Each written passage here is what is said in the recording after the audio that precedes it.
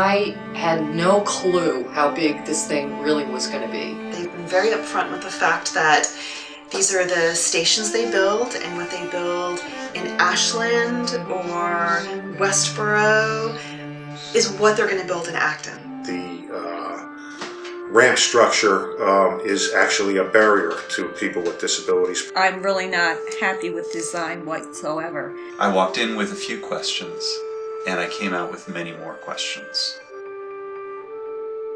The line was originally built in the 1840s and brought commerce to South Acton.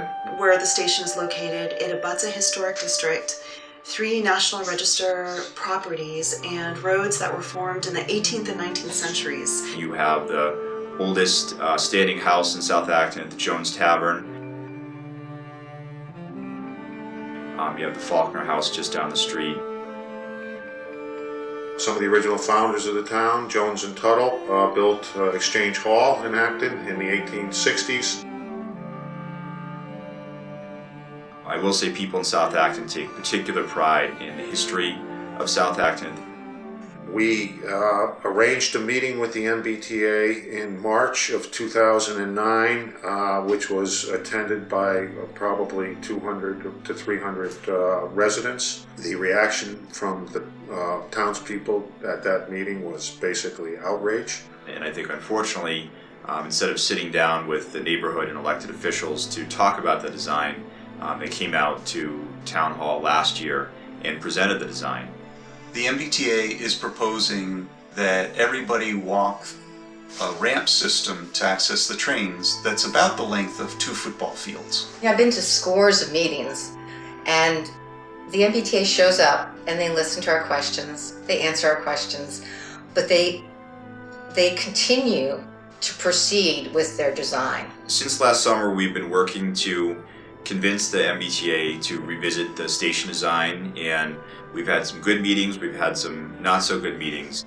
They're not paying attention to the people that have to use the station, that want to use the station, that want access to the station, and in fact who are going to have a harder time using public transportation because of what they're planning to build.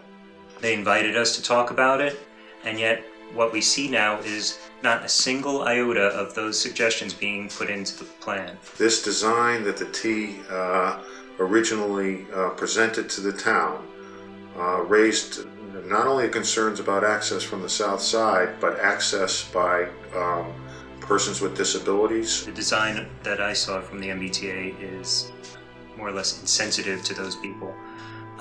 While it seems to meet sort of what the letter of the law is, to be able to provide a ramp so that people can get up and over and onto the platform, it makes them go the distance of a football field. Even for anybody who is in a wheelchair, if they do not have an electric wheelchair, it's very hard to get your wheelchair up a ramp when it's going up at a pretty good angle.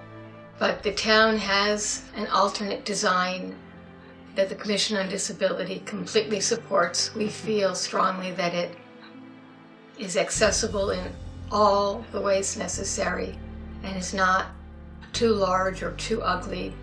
It was quickly apparent that their design had no respect for Acton. The height, the scale of this, in order to put in this ramp that really isn't actually helping a whole lot of people, it becomes this blight. It looks more like a leftover from the Soviet era rather than something from, modern times. It certainly doesn't fit into the architecture, the style of the surrounding area, which again is what really drew us here. This is not what we want in the town.